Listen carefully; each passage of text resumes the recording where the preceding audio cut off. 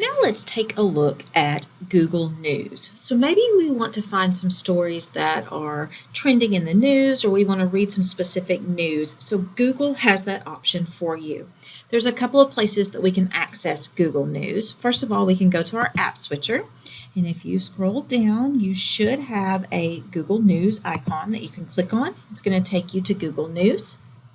And then also, just like with all things Google, you can always type in news.google.com and it will take you to Google News. So once you get to Google News, you're going to see, first of all, that you're going to have kind of a briefing of the overall things that are happening in the news.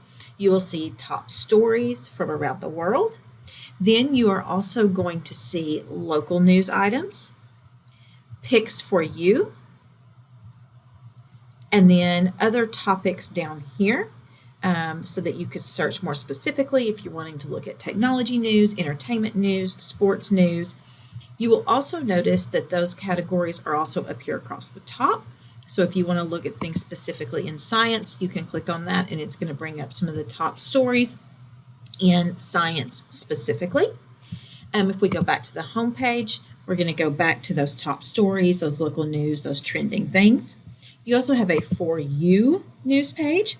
This is probably going to be stories that are populated and based on your internet searches. So you will see news that might be trending based on what you tend to search for. You can follow certain news sites, certain topics, certain stories, and those will be here.